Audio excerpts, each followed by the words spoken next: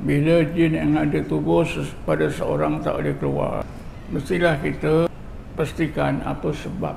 Kalau kita tahu sebab, kita atasi sebab-sebab itu, barulah boleh keluar. Sekiranya kita dah pasti disebabkan keturunan saka, cara mengobatnya mestilah diobatkan daripada pihak yang di atas. Maksud pihak di atas, mak, ayah. Kalau ada datuk, nenek dan datuk lelaki, obatkan datuk dan nenek. Kalau tidak, dia tak boleh keluar. Contohnya, satu pasangan baru kahwin, si isteri ini perangai pelik. Dia tak benarkan suaminya pergi kerja, dikunci rumah. Jadi macam mana?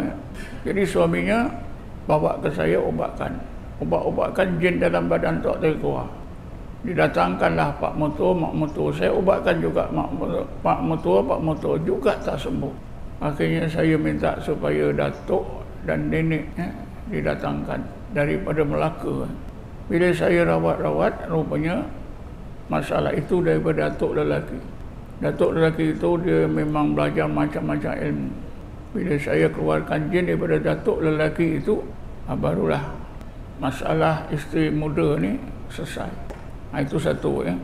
Ada juga tak boleh keluar ni disebabkan sihir. Sihir ni macam-macam lah. Terutamanya sihir yang menggunakan simpulan sihir diletakkan di tempat tertentu atau ditanam.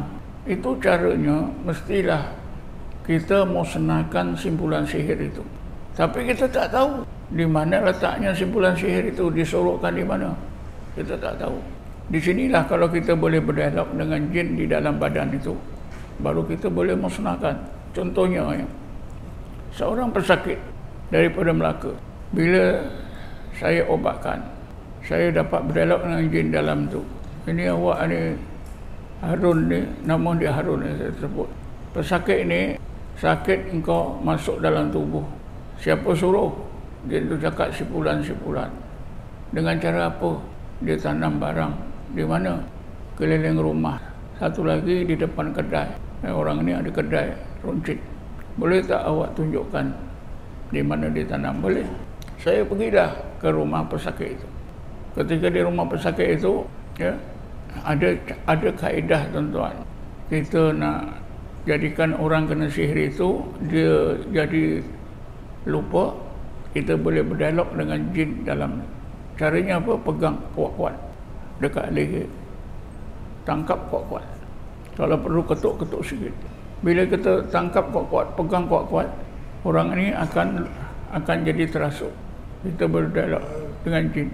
Jadi saya pergi ke rumah pesakit ini, saya pegang leher dia pun tak sedar.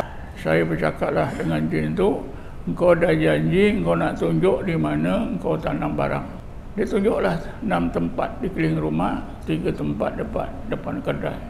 Betul ke ni? Betul. Tak bohong tak? Nak matikan simpulan sihir senang, tuan-tuan. Gunakan asid. Saya gunakan formic acid. Asid yang dicampur air nanti bekukan getah. Kenapa dengan asid?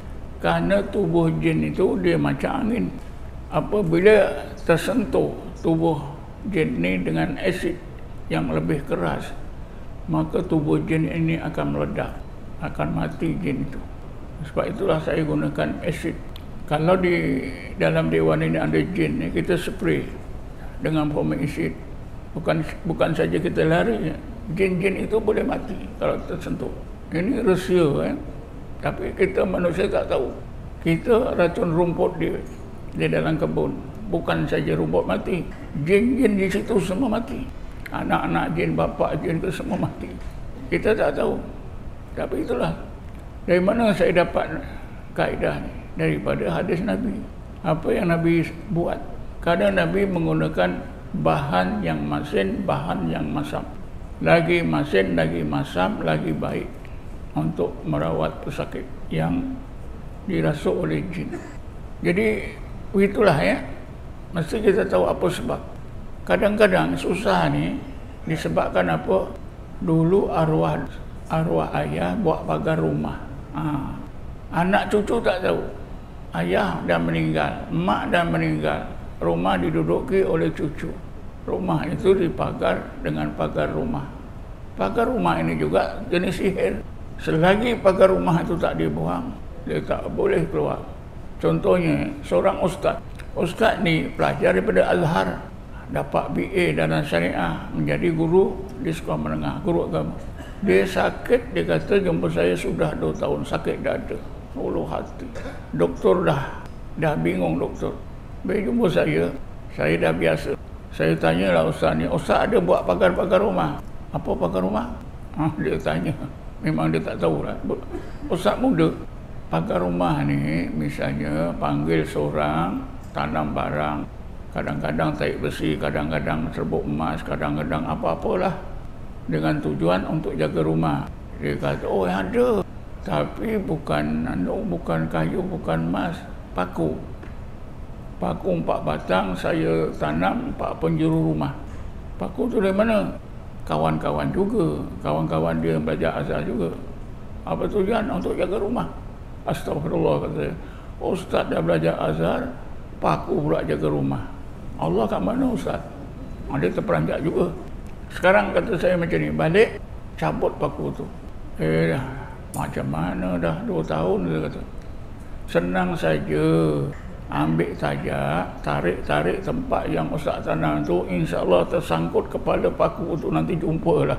Betul tuan. Dia buat macam tu, jumpa paku-paku ni, bawa ke saya bakar.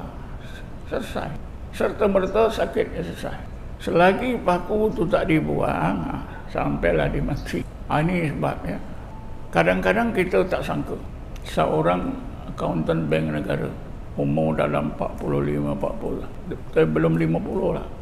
Dia sakit saja. Dia cakap dengan saya, seminggu kadang-kadang boleh kerja sehari 2 hari. Lain tu sakit. Sampai dia dah satu peringkat nak dipinjamkan medical board. Saya tanya dia, Encik datang kemari ini kali ke berapa? Ini kali yang ke-13. 13. Saya baru jumpa ya, murid-murid saya ubatkan. Kali 13. Penyakit encik macam mana? Hilang ustaz. Tapi sehari 2, lepas tu datang balik macam tu. Saya tanya dia lah, ujung-ujung minggu apa hobi encik? Mandi laut. Bila mandi laut tu ada tak ambil batu-batu karang ke apa-apa, benda-benda di tepi laut yang hanyut? Ada. Kayu-kayu ada. Kalau karang laut memang banyak. Kalau macam ni, bagi alamat, hari ni tak usahlah berubat. Besok petang saya akan datang ke rumah, saya nak tengok barang-barang. Saya pun besok petang pergi rumah dia. Karang laut ni tuan-tuan, saya kumpulkan. Masuk dalam guni gula, 2 guni gula. Saya buang. Malam itu bila dia mula nak lelap tidur, malam pukul berapa, dia didatangi oleh seorang tua. Bongkok-bongkok menuju pada dia, tanya pada orang ni, betul ke engkau tak mengaku? Betul, engkau merambus. Dia pun terkejut, sembuh tuan-tuan. Itu selagi batu karang itu tak dibuang, ya, macam itulah nanti anak cucunya pula. Jadi itulah jawapannya ya. Saya fikir cukuplah.